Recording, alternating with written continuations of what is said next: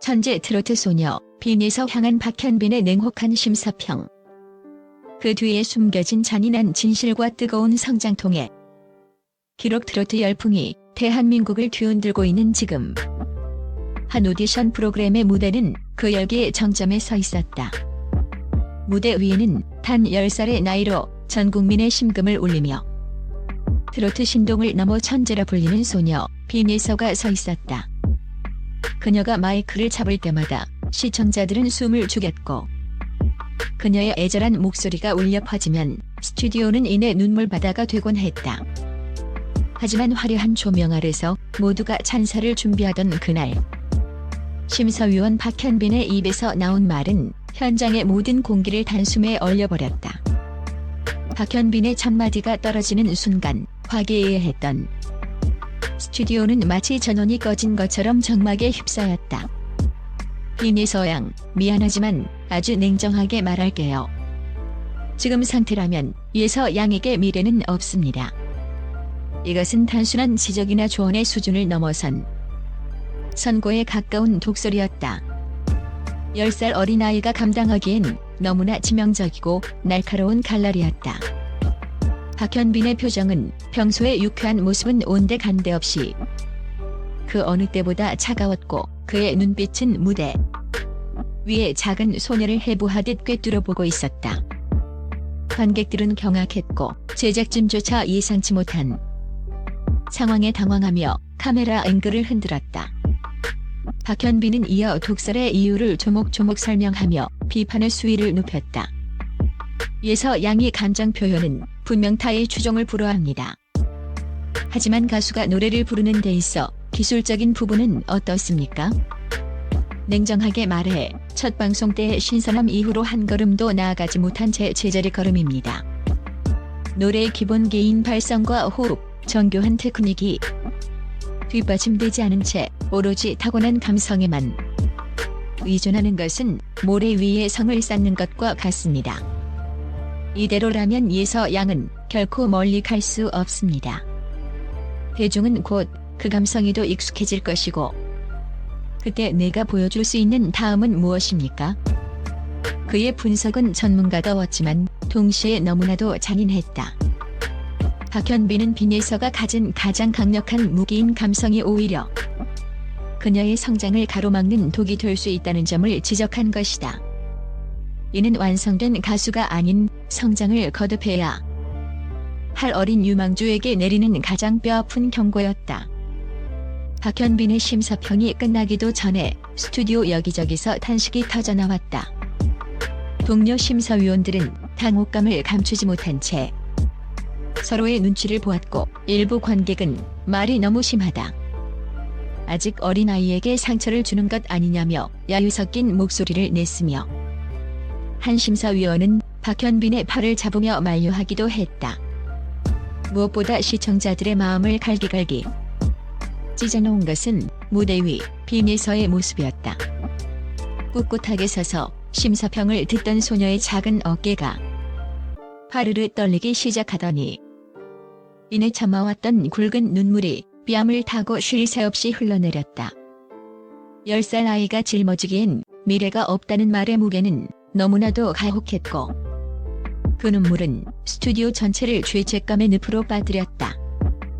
방송이 나가자마자 소셜미디어와 포털 사이트는 그야말로 아수라장이 되었다. 10살 아이에게 어떻게 미래가 없다는 말을 할 수 있느냐. 박현빈의 심사는 훈육을 넘어선 정서적 학대다라며 분노를 쏟아내는 이들이 대다수였다. 빈예서의 팬클럽은 강력한 항의 성명을 발표했고, 박현빈의 개인 SNS는 비난의 댓글로 도배되었다. 하지만 시간이 흐르며 가요계 일각에서는 다른 목소리가 나오기 시작했다. 박현빈에게 할 수 있는 진짜 조언이다. 천재일수록 일찍 매를 맞아야 자만하지 않는다는 음모론이었다. 가요계 전문가들 역시 기술적 한계를 지적한 부분은 뼈아프지만 장기적인 가수 활동을 위해서는 반드시 짚고 넘어가야 할 정교한 분석이라며 박현빈의 손을 들어주기도 했다. 논란은 예술가에게 기술이 먼저인가, 감성이 먼저인가라는 철학적인 논쟁으로까지 번졌다. 카메라가 꺼지고 스튜디오의 화려한 조명이 모두 사라진 늦은 밤. 모두가 퇴근한 고요한 현장에 박현빈이 다시 나타났다. 그는 무거운 발걸음으로 조심스럽게 비니서의 대기실 문을 두드렸다. 무대 위에서 독서를 내뱉던 냉혈한 같던 모습은 온데간데 없었다. 그는 고개를 깊게 떨구고 소리 없이 울고 있던 예서 앞에 무릎을 굽히고 앉아 떨리는 목소리로 사과를 건넸다. 예서야, 아까 삼촌이 너무 심하게 말했지? 정말 미안해. 방송에서 그렇게까지 날카롭게 말하고 싶지는 않았단다. 박현빈이 그토록 독서를 내뱉어야만 했던 진짜 이유는 대기실에서야 밝혀졌다. 그는 빈예서가 현재 방송사와 대중으로부터 감성으로 노래하는 가련한 천재소녀라는 프레임에 갇혀 무분별하게 이미지 소비가 되고 있다는 점을 극도로 우려하고 있었다. 사람들은 지금 내가 보여주는 그 어린아이 특유의 감성에 열광하지만 시간이 흘러 내가 어른이 되었을 때도 기술이 지금 수준이라면 대중은 미련 없이 등을 돌릴 거야. 그때의 너는 아무것도 준비되지 않은 채 버려질 수도 있어. 지금 받는 찬사가 나중엔 너의 성장을 방해하고 너를 옥죄는 무거운 족쇄가 될까봐 삼촌은 너무 겁이 났어. 나는 내가 한 시즌의 주인공이 아니라 평생 무대 위에서 노래하는 진짜 가수가 되길 바란단다.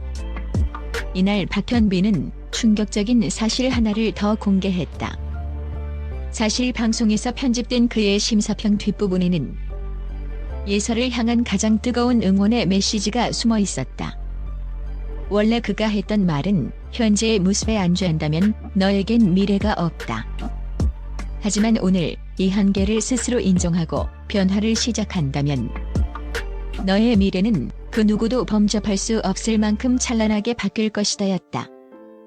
하지만 방송사 측에서 자극적인 연출을 위해 뒷부분을 잘라내고 독설만을 남겨둔 것이 사태를 키우는 셈이었다. 박현빈은 울먹이는 예서의 눈을 똑바로 바라보며 마지막으로 가장 독한 숙제를 던졌다. 예서야, 다음 무대에서 네가 내 판단이 틀렸다는 걸 전 국민 앞에서 증명해봐. 나를 노래로 공격해서 무너뜨려봐. 그때 내가 실력으로 나를 이긴다면 삼촌은 기꺼이 방송에서 무릎 꿇고 사과할게. 이것은 단순히 아이를 다독이는 위로가 아니었다. 아이를 벼랑 끝으로 밀어넣어 스스로 날개를 펼치고 날아오르게 하려는 스승의 절규이자 사자후였다. 박현빈은 기꺼이 자신이 악역이 되어 빈예서라는 원석을 깎아내는 정을 든 것이다. 결과적으로 이 사건은 빈예서에게 거대한 전환점이 되었다.